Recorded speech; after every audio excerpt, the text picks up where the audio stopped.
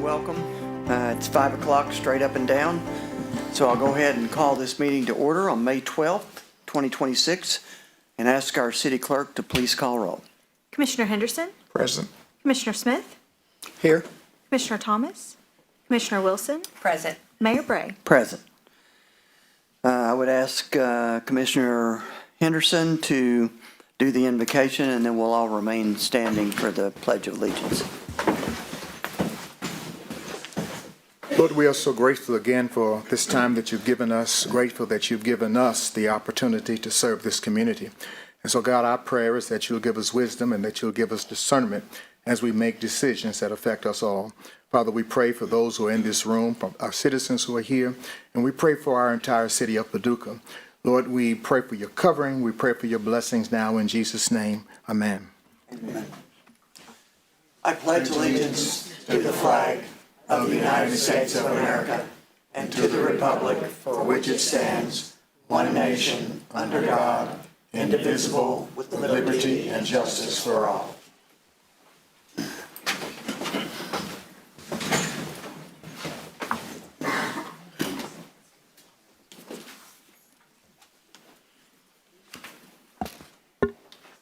Okay, we have two proclamations tonight. One is for National Public Works Week.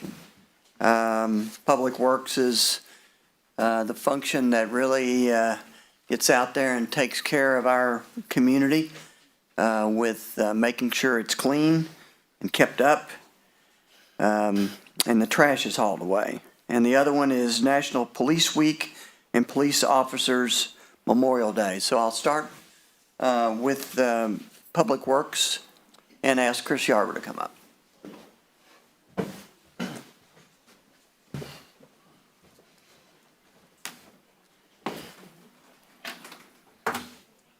And all of his folks that are in attendance. Thought I did it alone.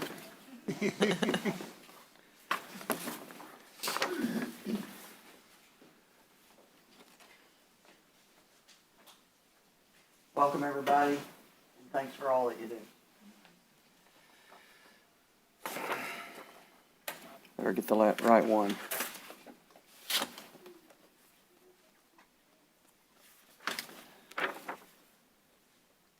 Okay, proclamation. Whereas public works infrastructure, facilities, and services are of vital importance to sustainable communities and to the health, safety, and well-being of the people of Paducah, and whereas the City of Paducah's public works staff are responsible for the efficient operation and maintenance of systems and services, including the streets and rights-of-way, stormwater management, solid waste collection, fleet maintenance, and public buildings.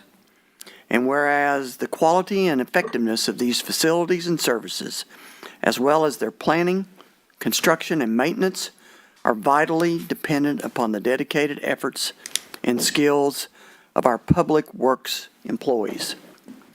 And whereas the year 2026 marks the 66th annual National Public Works Week, sponsored by the American Public Works Association, and whereas this year's theme, Rooted in Service, Powered by Community, is a tribute to all public works employees who create the foundation of a stronger, more livable community. Now therefore, I, George P. Bray, Mayor of the City of Paducah, do hereby proclaim May 17th to 23rd, 2026 as National Public Works Week.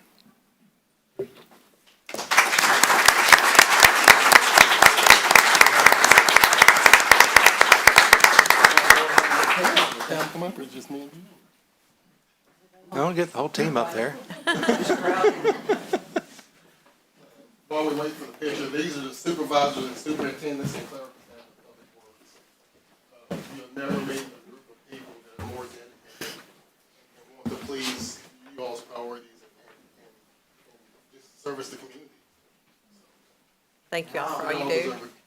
I'll just confirm, I mean, I get, as mayor, I get a lot of, we'll call it input from citizens. But one thing I never get is a complaint about these folks. Maybe there's been one occur at some point, it does, it gets taken care of like that. So,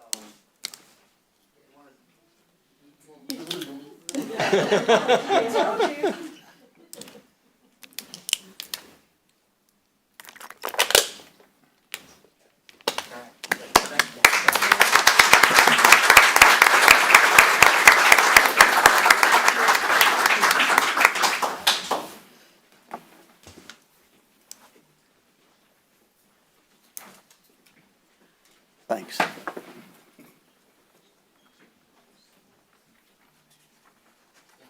Thank you. There you go.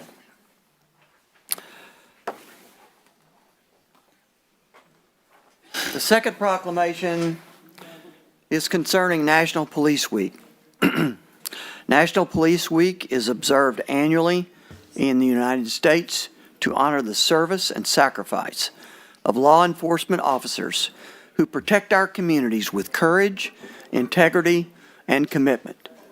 And whereas Peace Officers Memorial Day is observed during National Police Week to pay special tribute to those brave officers who have lost their lives or become disabled in the line of duty.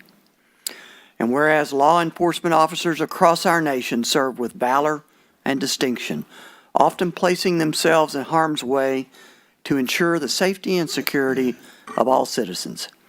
And whereas the risk faced daily by police officers are great, and their commitment to uphold the law and protect the public deserves our respect, support, and heartfelt gratitude. And whereas it is important that we recognize the ongoing contributions of our local, state, and federal law enforcement officers, and remember those who have made the ultimate sacrifice in service to their communities. Now, therefore, I, George P. Bray, Mayor of the City of Paducah, proclaim the week of May 10th to May 16th as National Police Week, and further proclaim May 15th as Peace Officers Memorial Day.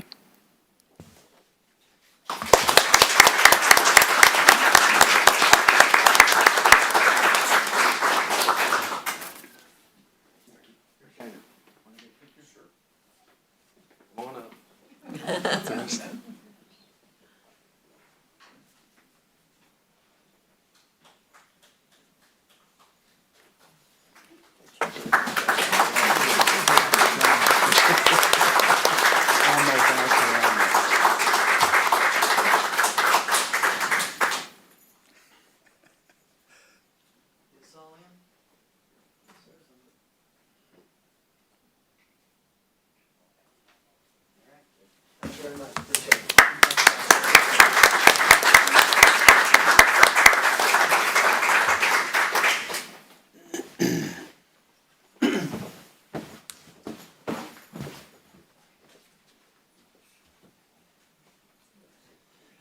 Okay, next on the agenda is the presentation of the 2026 Dogwood Award winners, and I just want to call out that our Civic Beautification Board does yeoman's work in helping organize this festival and going around and making sure that people get recognized, and so I'm going to turn it over to Stacy Drake. Thank you. Thank you, Mayor Bragg and Commissioners, for letting us, I always forget this, for letting us be a part of this tonight and present the awards to the Dogwood Trail winners for 2026. What a beautiful spring it's been. We were a little nervous about the trees with the weather changes. We had cold weather, we had warm weather, but in the end, we had to change some dates around, but everything worked out, and it was absolutely beautiful this year. You know, I'm just in awe that this is the 62nd year that the Dogwood Trails happened in Paducah. And growing up in Paducah, a lot of you all probably remember as a child your parents taking you on the Dogwood Trail. Maybe it was 2 blocks long on Sycamore at that time, but you know, look at it now. I think it was over 13 miles this year. So hopefully we can keep expanding and doing different things to get other people to light up. And we truly appreciate those of you who do take the time to groom your trees and to take care of your yards and to light up, because we know it takes time and not everyone does that. And it does make Paducah a very special place to live. So thank you. So our first award tonight, it's our big award. It's the Dolly McNutt Award. And if you've ever driven down Forest Circle, there's a house that stands out. And I have to say, the owners of that home work countless hours to keep that yard immaculate. They probably work more hours in one weekend than I do all year keeping mine up. So, and it warms my heart that they won the Dolly McNutt Award this year because they truly deserve it. That's John Park and Matt Turley, and they live at 3426 Forest Circle. You want to come up and get your award?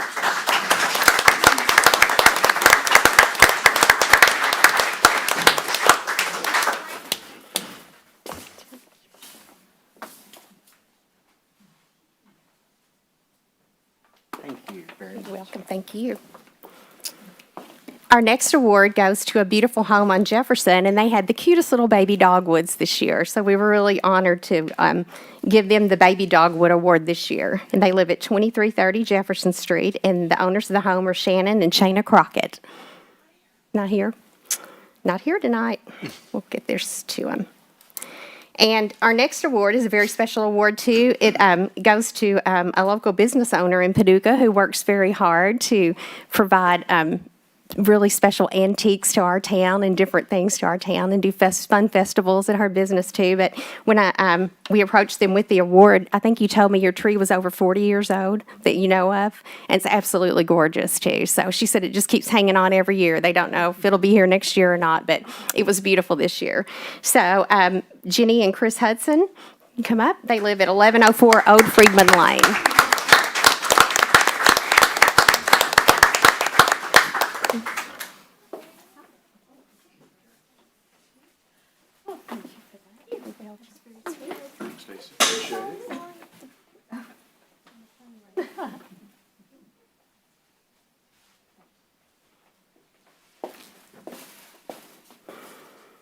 Our next award is a home that's located on Rustic Avenue. It's an older log cabin. If you've ever driven over in that area, it's absolutely gorgeous. And their dogwood trees this year stood out.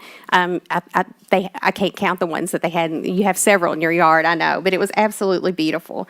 That award goes to Patrick and Janet Weeks, and they are at 4160 Rustic Avenue.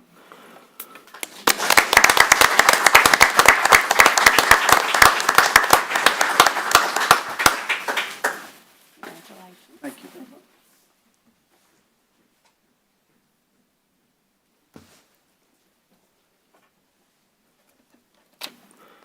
Our next award goes to a gorgeous house on Broadway. It's one of the older homes around the First Baptist Church block area. You know, there's 3 or 4 over there. They're absolutely gorgeous, but this one has beautiful dogwoods in it. And it's located at 2856 Broadway, and it's owned by Paul and Colleen Stovacin. I don't think they're here tonight. This next home is a beautiful home in Lower Town of Paducah, and this lady works so hard in her yard, and she has so many different unique art fixtures and just different things in her yard. It's really a very neat place to go look around.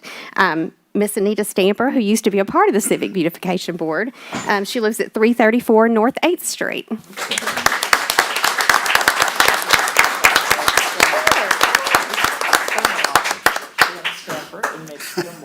Did the lighting for that okay. tree. Oh, Or okay. it might not have been the same. Well, thank you for doing that. We appreciate it.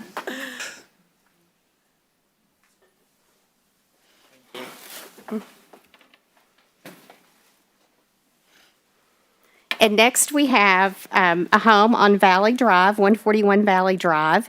And this year, her yard was just immaculate. And as I stopped to talk with her about her dogwoods and her azaleas, I got a little lesson on how you feed azaleas. So she enjoys being a part of the garden clubs of Paducah and just working in her yard and making it beautiful. And it absolutely stood out this year, Ashley. So Ashley McMillan, you come up and get your award. She lives at 141 Valley Drive.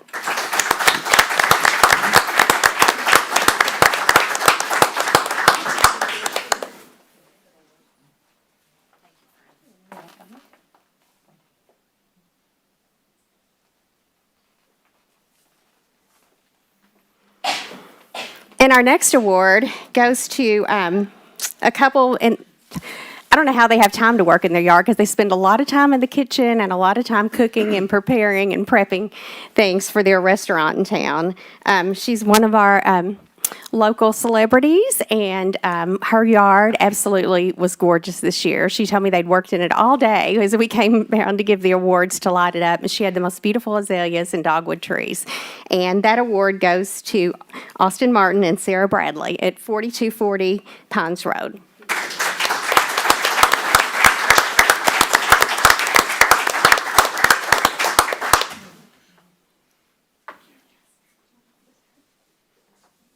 Girls are getting so big.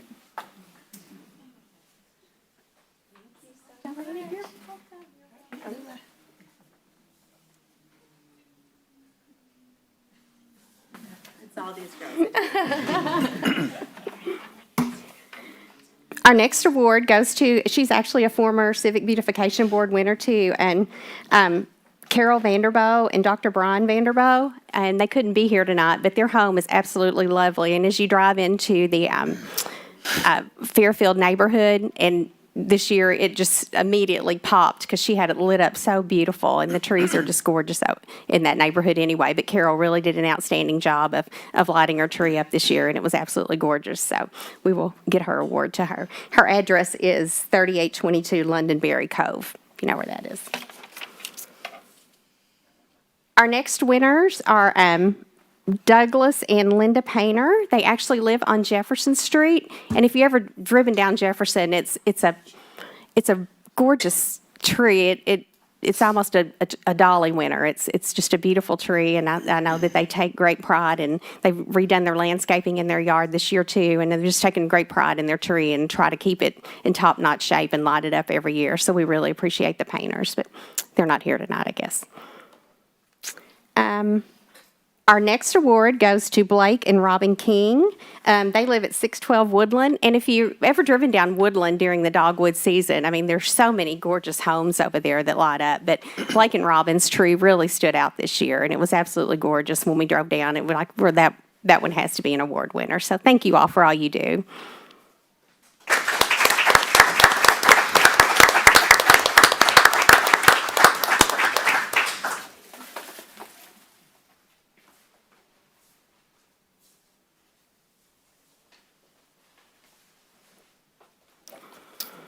And the next two awards are off-trail awards. We wish that we could give a lot more off-trail awards because there's some we can't, or have more, I guess, people on the trail is what I should say, because we feel like we miss so many beautiful trees just because we have to limit what the length of the trail. But these off-trail trees sometimes are absolutely gorgeous, and we really appreciate the people off of the trail taking the time to light up and participating in the Dogwood Trail. And this year, a gorgeous tree at 4024 Hillcrest Avenue won an award, and that's Bill and Connie Bird.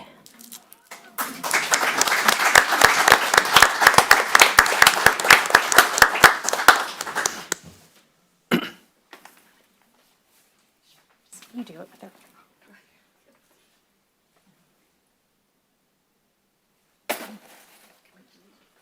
Connie, you couldn't drag Bill here? No, he bought me a big coleslaw, though. Oh, that was nice. So she's the one that keeps that yard so immaculate. I totally understand.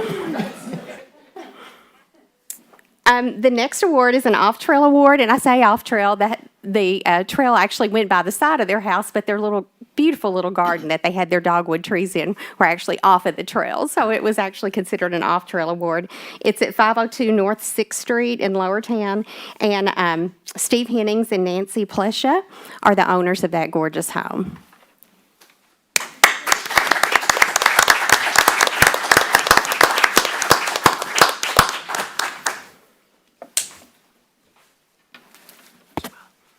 Say your last name correct. I meant to ask you before.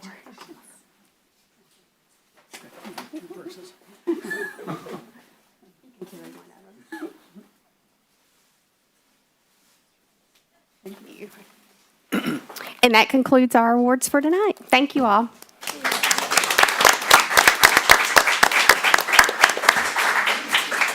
Thank you, Stacy. Thank you very much. And thank the entire committee, everybody. Karen Petter's here. I don't want to leave anybody out. I know there's a lot of Kathy, lots of people who work very hard on this, and I appreciate all the hard work that you put into it. It's one of the things that actually, I think, one of the many things that makes our community special. People come in and say, wow, this is a special community, and there's lots of things that go into that, but this is one of them. So thank you.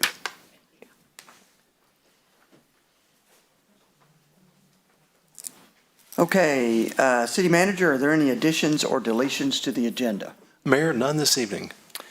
Okay, so we have some folks here with public comments, and I'll start with Miss Betty Dobson, who, I think she left. she is here. Oh, no, she came back in. Okay, I saw her.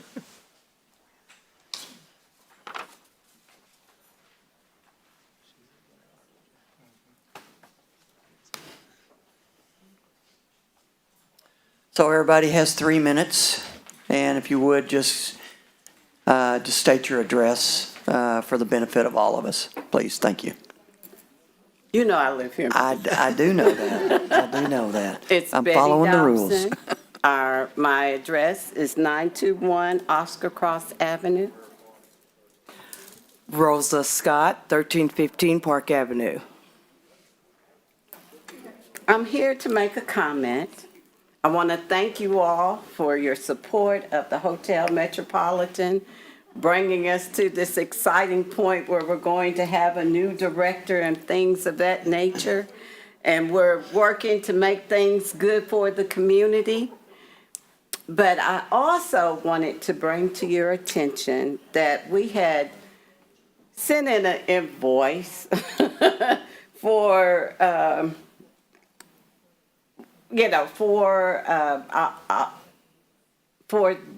some funding, and we haven't received it. And I want to let you know it's so important that you help us with that.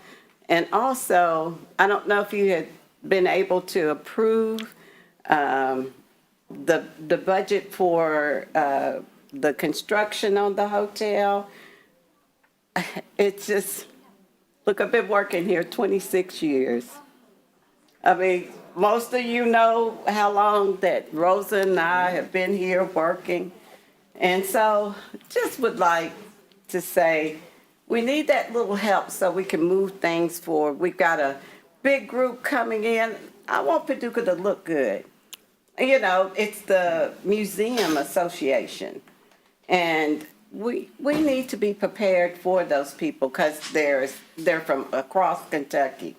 So we want to put our best foot forward. And just, I appreciate your support. I'm just saying we want your continued support. And I do. I really do love what you all have done for us. And Rosa? Oh, yeah. I would just like to say that we are so proud and happy to be a part of Paducah, Kentucky, and we're so proud of our commissioners and our mayor, and we're just asking that your continuous help for us to further with our construction plan and get everything together for the next big group that will be here that will show how Paducah comes together to help support. Thank you. Thank you, Betty. Thank you, Rosa. I know I'll just make a quick comment. I know that we're still waiting for approval from the Mellon Foundation for the some of the changes in the budget. So I know that's one thing, but we'll check on all this. Okay, we'll follow up. We Okay. appreciate it. Thank you. And y'all come to the Hotel Metropolitan. Only if you're gonna make some sweet potato pies. You know I will. Next fish fry. Oh, Why don't you set it up there on the table? They'll be back. yeah, they really do that, yeah. Yeah, she will. Thank you for that. Can't even find my telephone. Okay, the next person is Philip Rowland. That's you. So, Stay standing. My name is Philip Rowland, and I reside at 525 South 19th Street. Good afternoon, everybody. My name is Philip Rowland once again, and I'm here regarding the ongoing sidewalk construction project in our neighborhood. I want to be clear that the residents are not here simply to oppose improvements or pedestrian safety. Our concern is the lack of communication, clarity, and transparency surrounding this project and the impact it is having on homeowners. Many residents were surprised to see entirely new sidewalks being constructed farther into the areas that have long been maintained as part of our yards.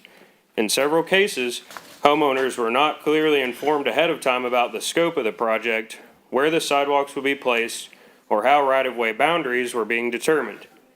Recently, after asking questions, I was told there is no single ordinance establishing a standard right-of-way width, and that these determinations depend on subdivision plats and engineering documents. That information is important, but most residents have never seen those documents and do not know where their property rights end and the city's begin. Residents should not have to guess where their public right-of-way lines are while construction is actively taking place near their homes. In addition to the confusion surrounding property boundaries, there has also been little communication regarding impacts to existing property improvements. In some cases, fencing and other property features have been removed by contractors without prior notice to homeowners. Residents have been given little or no indication as to whether those items will be replaced, restored, or whether temporary barriers will be provided after the removal. That uncertainty has created additional frustration and concern for affected homeowners. I have requested plats, right-of-way documentation, and engineering plans so residents can better understand the basis for these decisions, but was informed that I need to process an open records request form due to a complex request. I respectfully ask the city to make this information more accessible and transparent to affected homeowners moving forward. I also ask that the city carefully review contractor performance and ensure that work is being completed professionally, safely, and with respect for residents' property. At the end of the day, people simply want clear communication, accountability, and confidence that these projects are being carried out properly and within appropriate boundaries. Included, I attached pictures and signatures. Thank you for your time. Thank you, Philip. Certainly, all those requests are reasonable, and I don't know a lot about what's been going on, but we will definitely follow up with you. Thank you. Okay?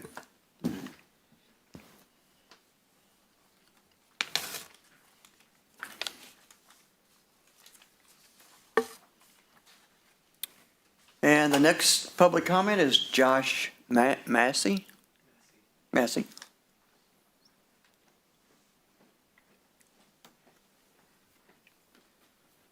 Hello, everyone. I appreciate you giving me the opportunity to speak.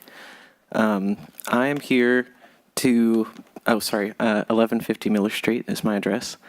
I was born and raised here in Paducah, and so is my father and his father, and so on.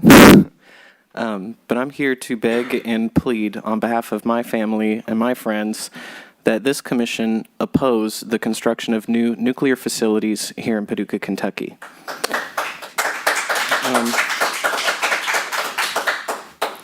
Firstly, I don't think it is an economically viable thing. Neither does Bloomberg or DIW Berlin, both highly respected economic institutions. But aside from that, I don't think that any dollar amount is worth the significant risk that it poses to our community. So aside from its massive upfront costs, the Price-Anderson Act requires that all nuclear reactors be insured at the maximum amount of private insurance available in the United States. That's $450 million. And to further that, it also has a clause in it that indemnifies corporations in cases even of gross neglect or willful misconduct if the expenses of an accident exceed this $450 million. Personally, I don't think anything with the potential to do $450 million worth of damage should be legally allowed to exist, and I certainly don't want it anywhere near my family. According to the National Academy of Science, there is no safe dose of ionizing radiation, and so even if these companies do meet legal requirements for dosages, my opinion is that legal requirements should be zero. According to the National Cancer Institute, Kentucky has the highest rate of cancer of every single kind of cancer and the highest cancer fatality rate across the United States. And in my opinion, it should come as no surprise when we know that radiation causes cancer, and we have 6 nuclear contamination sites here in the Ohio River Valley, that's happening. And I don't want to see that continue. I'm here as an advocate of what GLE describes as the no action proposal, wherein the site is simply continued to be remediated instead of constructed upon. Yeah, that's pretty much it. I believe that these projects betray the community's economic interests. I believe that it betrays our health and safety of our community. Thank you.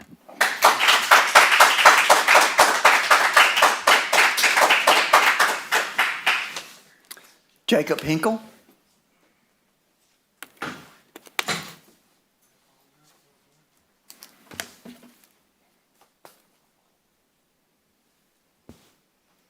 Hello, everybody. I just wanted to start by thanking our Public Works employees. Thank you for doing that. I respect all of our government workers. I love them to death. I just wanted to say that I believe that Paducah is repeating the mistakes of the 20th century. Paducah bore the burden of the nuclear age and scrapped for every single cent of recompense and compensation all the way up until 2025 with the OBBBA in Congress.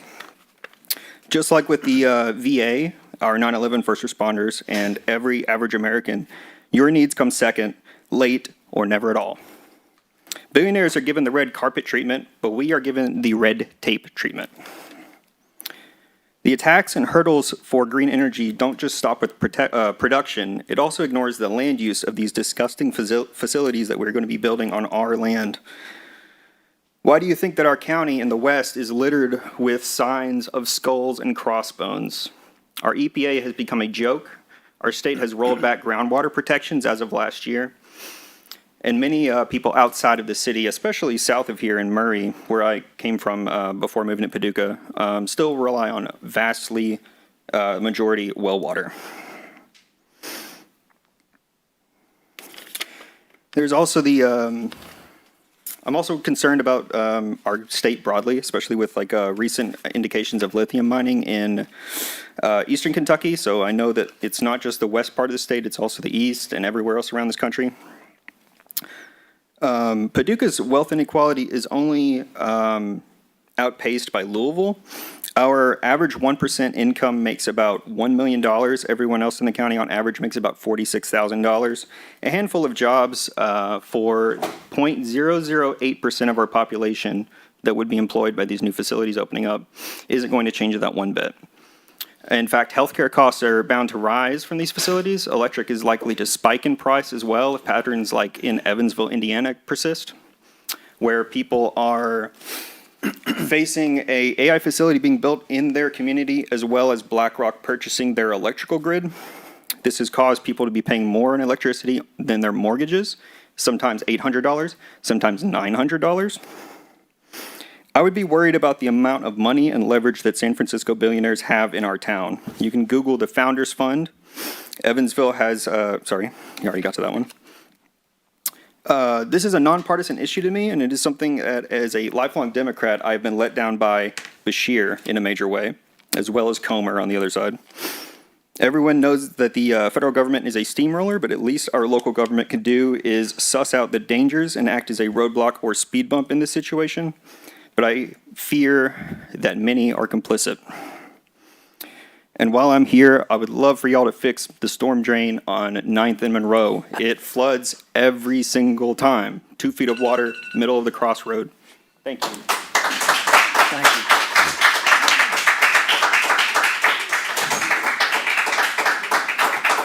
you. And the final person making comments is Erica Moore.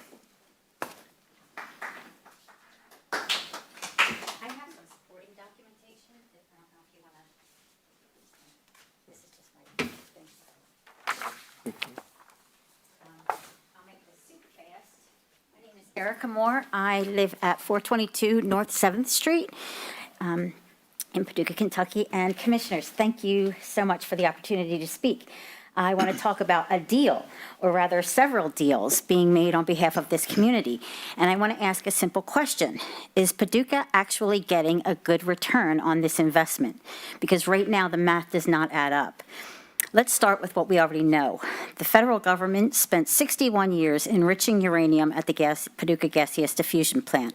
When they were done, they handed this community a contaminated Superfund site with radioactive technetium-99 in the groundwater, PFAS contamination still not under control, and the longest off-site contamination plumes in the entire Department of Energy cleanup complex. The projected cost to clean that up is $17 billion, and the projected completion date is not until 2065. That's the baseline. That's what we already have to deal with. So now let's look at what's being added on top of that. General Matters has signed a lease to build a uranium enrichment facility on the Superfund site itself. And then there's Global Laser Enrichment, which is proposing to build another uranium enrichment facility on 665 acres of good private land immediately next door to the Superfund site, which one has to ask why.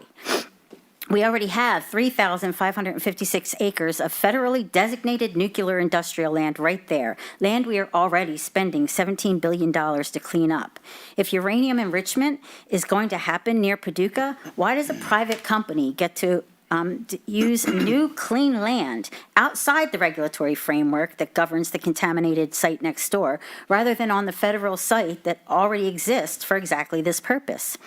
I think that's a question that we and you all deserve an answer to. Then there's the Department of Energy, who has solicited private companies to build an AI data center and a co-located small modular nuclear reactor site on the Superfund site, with no environmental impact study conducted and no one required to assess what all this means for Paducah together. So let's look at the return on the investment. $113 million in tax incentives have already been committed to just the first two projects alone, for 380 permanent jobs combined. Their numbers, that's written into General Matters and GLE's own incentive agreements with Commonwealth of Kentucky. Not 380 jobs this year or next year, 380 jobs over 15 years. On a site the federal government won't finish cleaning up for another 39 years. Here's what concerns me most, though. 3 separate federal regulatory processes are each looking at each one piece of the picture in isolation. The NRC is reviewing GLE's... I'm sorry, you're out of time. Wow, that was a 3 fast minutes 3 goes minutes. quick. Anyway, I have provided the supporting documentation and a copy of my statement. I hope that you do please consider. Thank you, everybody.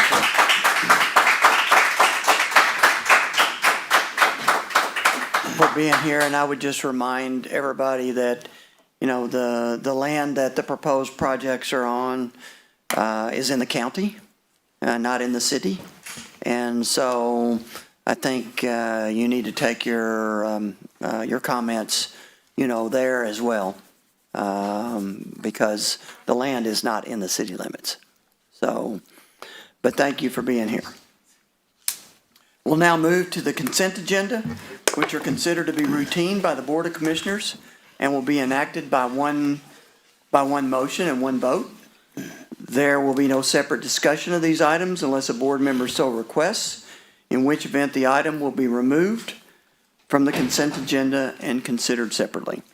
The city clerk will read the items recommended for approval unless a commissioner has an item they'd like removed for separate approval. City clerk? Approve minutes for the April 28, 2026 Board of Commissioners meeting. Receive and file documents, personnel actions, a municipal order approving a contract amendment with Tyler Technologies in the amount of $7,850 annually for the ACFR statement builder and authorizing the mayor to execute all documents related to same. A municipal order approving a memorandum of agreement with Dr. John Kinney for certain incentives and authorizing the mayor to execute all documents related to same. A municipal order adopting contract modification number 3 to the contract with Sprinturf LLC for replacement batter boxes for the Paducah Sports Park in the amount of $66,406.44, and authorizing the mayor to execute the contract modification and all other documents related to same. A municipal order authorizing the submission of the Community Development Block Grant Annual Action Plan and authorizing the mayor to execute same.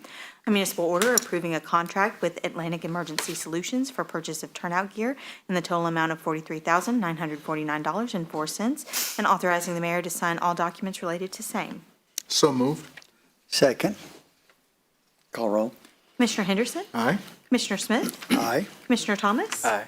Commissioner Wilson? Aye. Mayor Bray? Aye. So we have one municipal order and two ordinances to introduce tonight. So I'll ask the city clerk, please read the first municipal order. A proposed motion of the Board of Commissioners adopt a municipal order entitled, "A Municipal Order Authorizing and Directing the Engineering Department to Release an Invitation to Bid for the Community Development Block Grant Sidewalk Replacement Project." So moved. Second. Craig? Good evening, Mayor, Commissioners, City Manager, City Clerk. As this motion stated, this is an invitation to bid for a sidewalk improvement project in town. We know that sidewalks are an important part of quality of life, and so this is an opportunity to seek out upgrades to sidewalks. So just a little further information, we discovered this year that our CDBG funds, were eligible for a sidewalk project.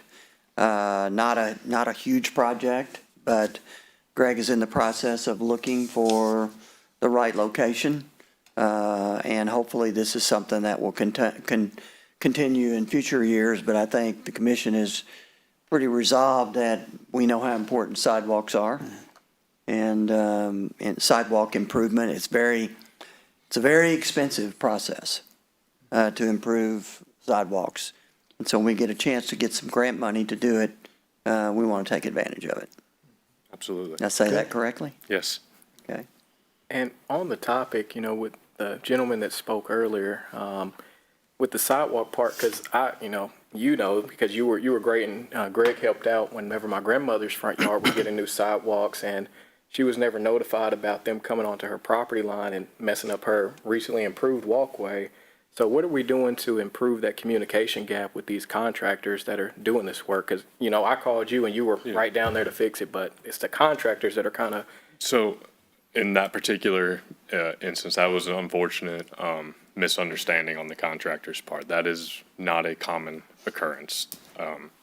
Whenever we have projects, we know where we're going in the neighborhood to do these improvements, especially if there's no sidewalk there originally, then we identify what potential conflicts may arise.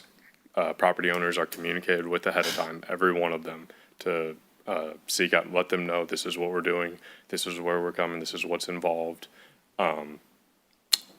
In neighborhoods where sidewalks already exist, quite often the new sidewalk is going back where the existing sidewalk is. So it's a little bit easier to picture what that's like. But nonetheless, there may be conflicts that arise just from the other elements of a project that might be involved. So anytime that is known ahead of time, communication is had with the property owners to make them aware this is what we're looking at, and we work through the process with them.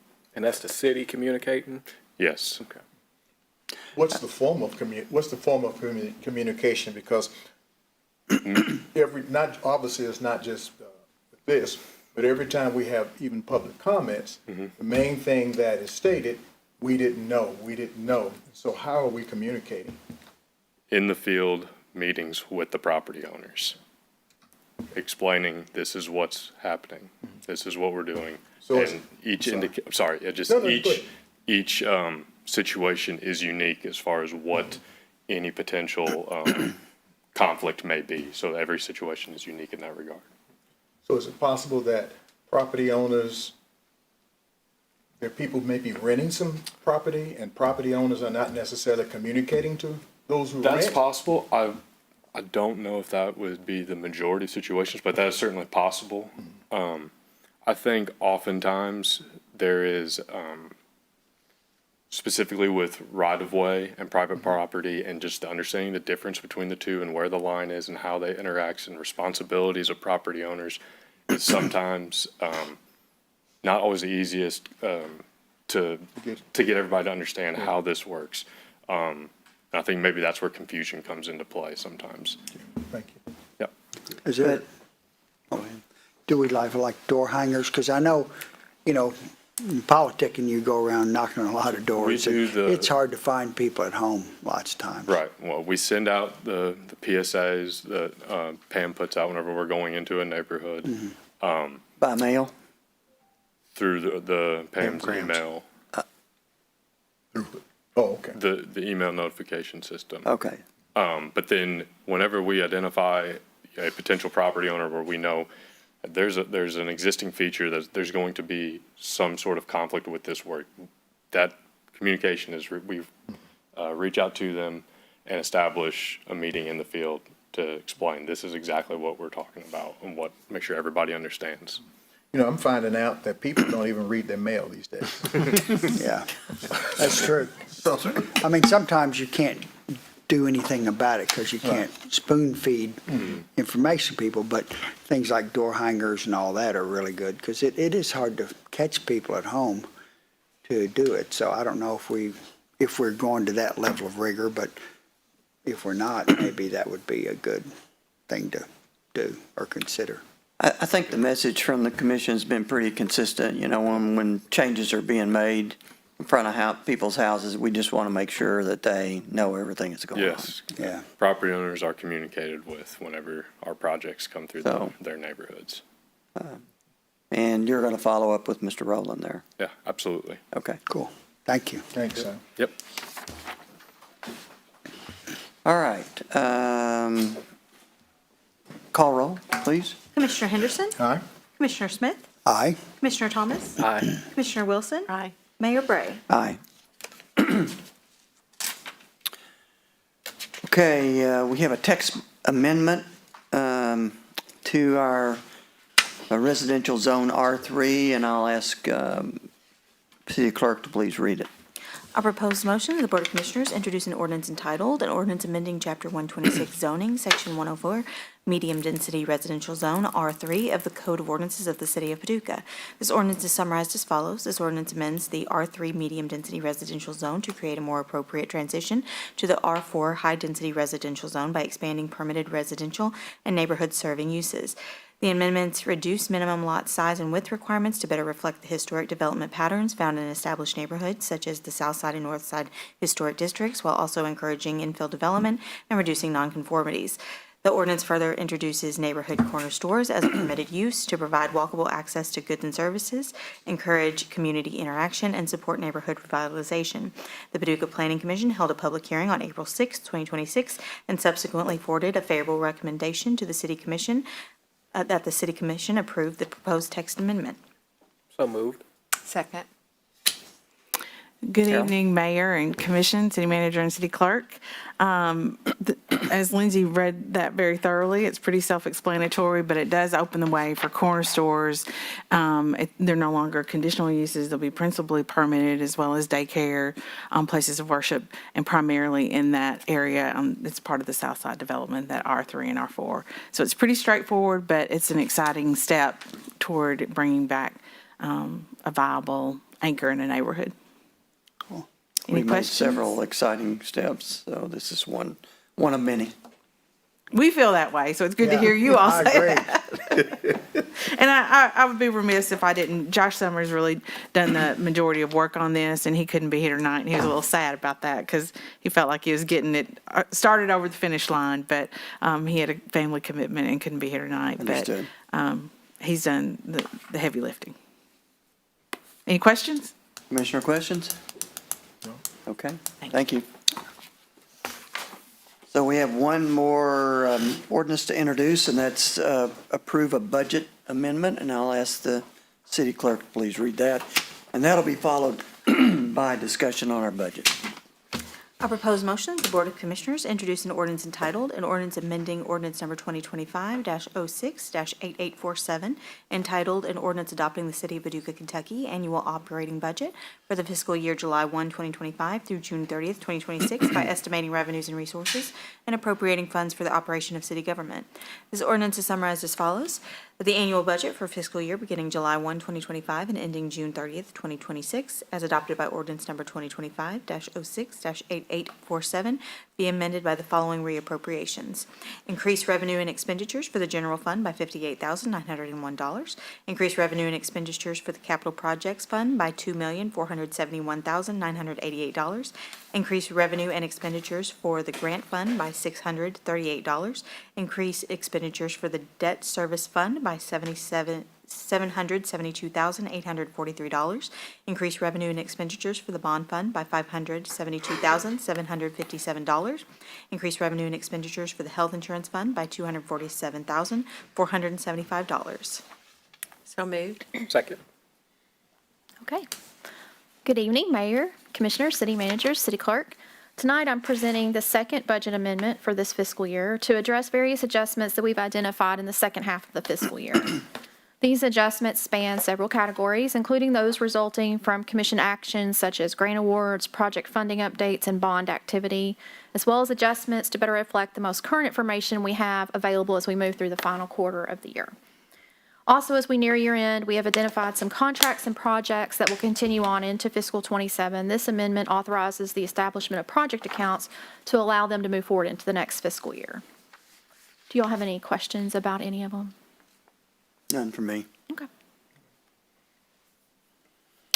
Okay, with that, we'll vote on that in 2 weeks. With that, we'll move to a discussion, a budget discussion, and you're still up? Yes, sir. Okay. All right. So it's been just a few weeks since our last budget discussion, but a lot has happened within that time. The finance team and the city manager's office has now met with you, Mayor, and each of the commissioners, and we now have final numbers for your all's consideration. I'm happy tonight to present the fiscal 27 investment fund projection with a total of $7.9 million in appropriations. This proposed budget advances several key commission priorities through a focus on economic development, neighborhood revitalization, infrastructure, and quality of life initiatives. The city's emphasis on economic growth and downtown vitality continues with its investment in Paducah Main Street, as well as retail growth in the mall area with the arrival of Bass Pro Shop. We have also seen some exciting progress in community development, particularly with the Southside revitalization area. Most recently, the Meharry Development Agreement was announced, and the proposed investment fund includes funding for the first phase of this project, as well as funding for additional housing development opportunities within the city. In the area of capital investment, the proposed budget includes a $2.1 million appropriation for the street rehabilitation program, along with continued investment in the maintenance and improvement of city-owned facilities. In addition, funds within the future facilities set aside are proposed to be utilized for the design of a new police department headquarters. This follows the recent purchase of property on Jackson Street, which has been identified as the proposed location for the facility. Also, before moving into the general fund recap, I'd like to briefly highlight several additional commission priorities that were recently programmed through the city's CDBG entitlement allocation, which we discussed just earlier with Greg with the sidewalks. While these projects are not directly included in the fiscal 27 budget, I wanted to point them out because programming them through CDBG helped alleviate several one-time capital pressures that would have otherwise impacted the general fund. Now on to the general fund.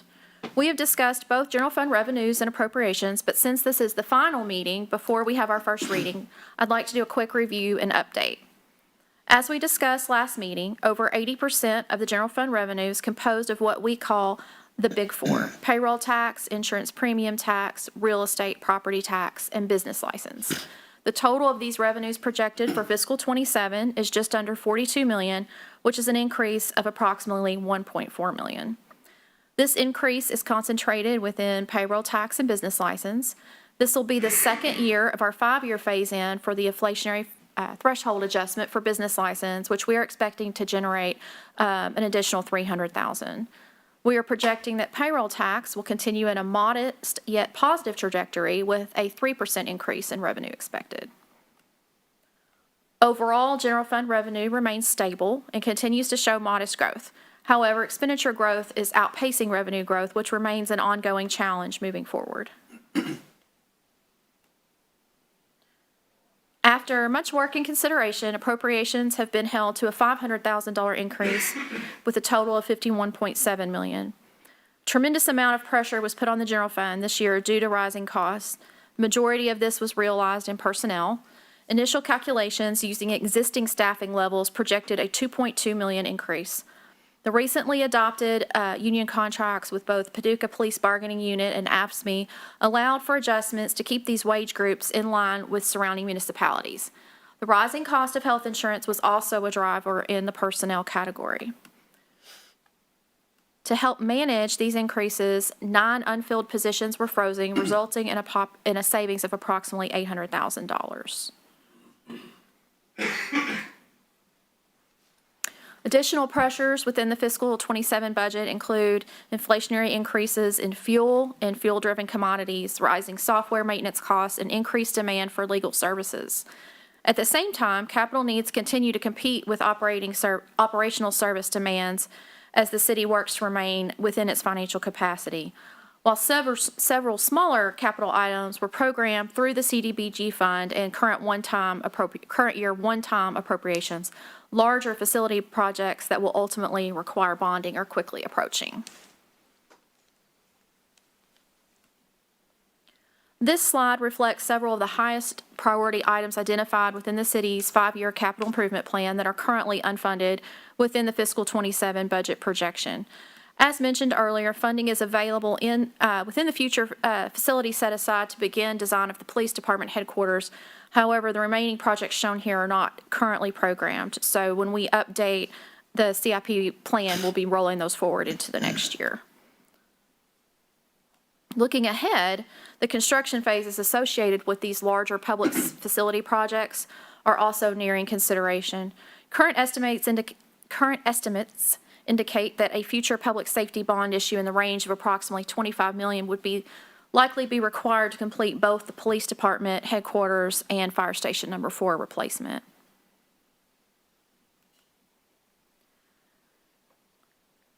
Moving on to debt management, this chart shows fiscal 27 debt service payments by funding source.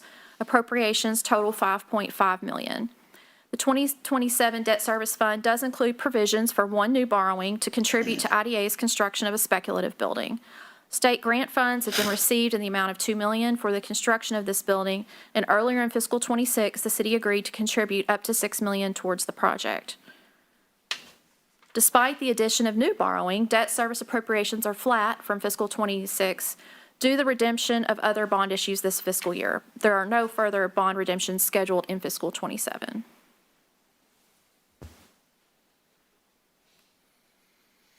General fund reserve is also a topic we have been studying for the last few months.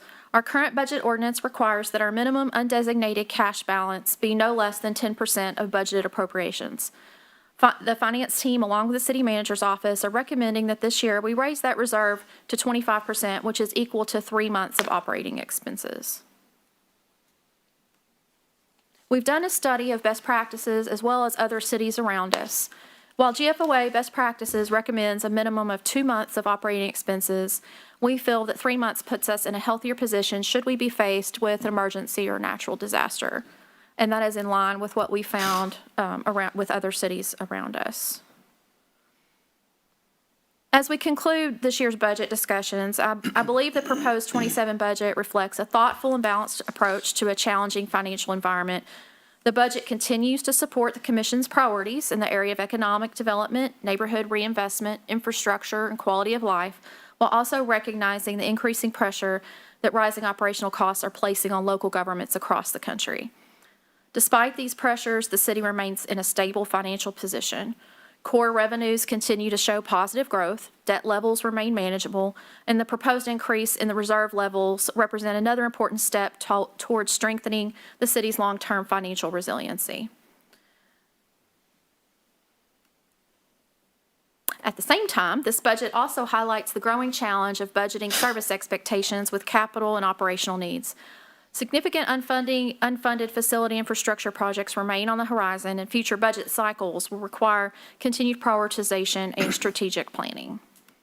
Overall, I believe this budget positions the city well for fiscal '27 while also recognizing the importance of preparing for the longer-term challenges ahead. One more slide. As we conclude, never mind. That's it, sorry. Next steps. Next steps are final feedback and adjustments from the commission. And at our next meeting, hopefully, the city manager will be delivering the budget message and we'll have our first reading. Does anybody have any questions?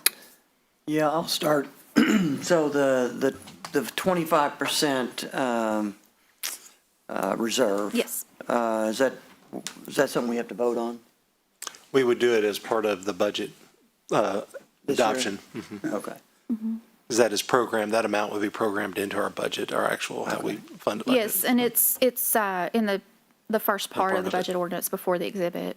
I think, all the commissioners, myself and all the commissioners have seen, detailed budget presentations, and I think understand the budget as well as we can. It's pretty complex. I think it's clear. We don't know the next couple of years, what's going to happen with revenues. So we'll have to manage that going forward. But the only concern I have is, a new police station and fire station at the same time, with another big bond issue.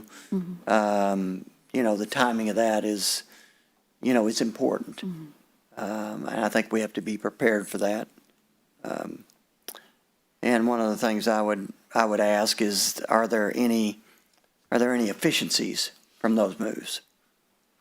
Financial efficiencies, whether it be salary reduction or, some sort of, that's something that we should consider and think about. Yes, I've already built a list of things to do, what I would call in the off-season for budget. The budget cycle runs from January through June, but I already have a list going for July of what we'll be looking for next year, from programs to program evaluation and analysis. I know in our Department of Support Services, a lot of the support services departments run pretty lean, but we're doing what we can in terms of we're looking at online filing.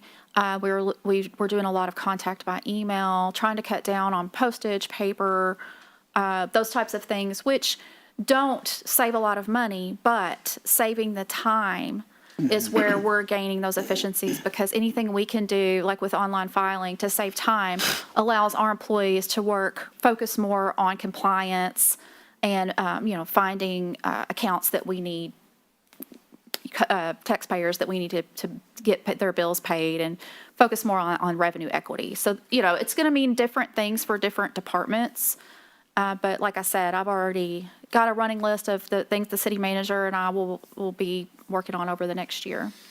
I know the city manager and Eric attended an artificial intelligence conference a couple of weeks ago, and I've asked Darren to make a presentation in a couple of weeks of really what they discovered. But, the things that we all hear about is AI is going to take jobs, AI is going to be more efficient. I don't know what that means for government, and I'm not sure how quickly it means, for government. But, we cannot fall behind. I think it means that it might, for lack of a better word, save our rear ends to some degree.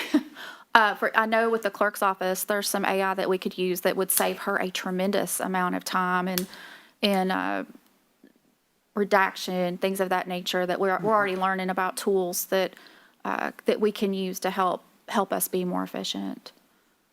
I think AI is going to play a big piece in that. That's good. I know we need to be responsible with it. Lots of people don't understand it and are concerned about it, but I think we need to cautiously embrace it. So that's how any comments? I agree, just Appreciate our time. efficiencies. I will say, again, Audra, thank you, and to the team. You know, Audra came in to be our current finance director right as the budget season was really getting ready. And as you've seen this year, you know, we've taken an approach with bringing the information at several commission meetings in a row to kind of give not only the commission an understanding, but our public. And I think that is in alignment with what we adopted a couple years ago by having the financial transparency portal on our website, and continue to share information with our community about our finances and where their tax dollars go. And you've heard me say this before, and I know that the commission agrees and our team agrees, is that at the end of the day, we are entrusted with the public dollars, and we're supposed to be good stewards of that, and continuously challenge our team to continue to look at that. And again, I appreciate the finance department's team. I appreciate all of our team, the hard work they've had to do. We have frozen some positions at this point. We'll continue to look for efficiencies as we go through. But you know, in 2 weeks, we'll have the message and have the final touches for that first reading of the budget. So in between now and then, if you still have some items or some questions for us as we're putting those on, please reach out to Audra or myself, and so we can incorporate those. Thank you, Audra, to you and your team for all your Great hard job. work Thank you. putting together the Thank you. budget. I know it's a big deal. Thank you. Thank you.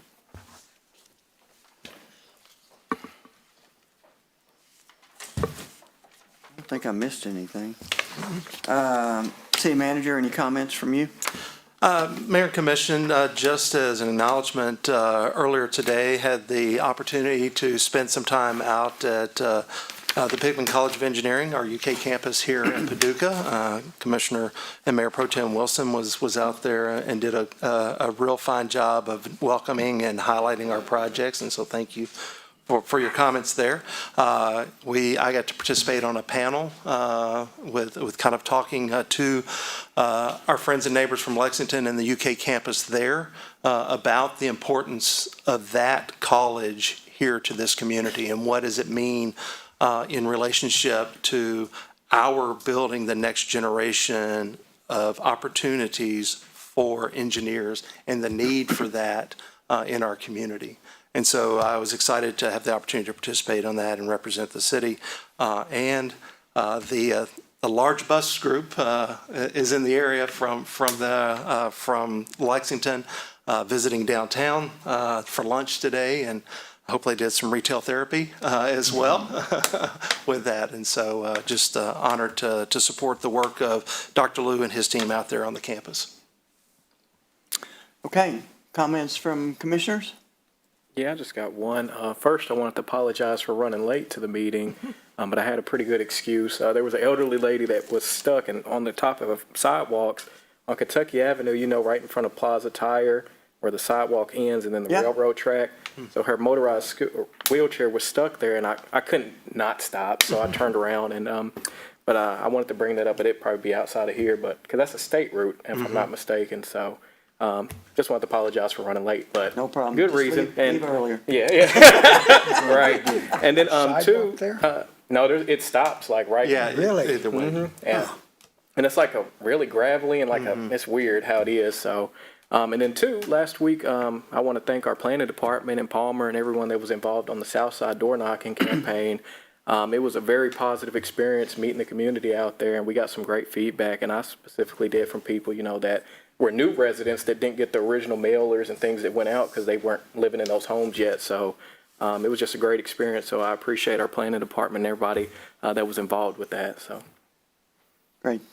Thank you, Commissioner Thomas. Commissioner Henderson, Commissioner Smith, anything?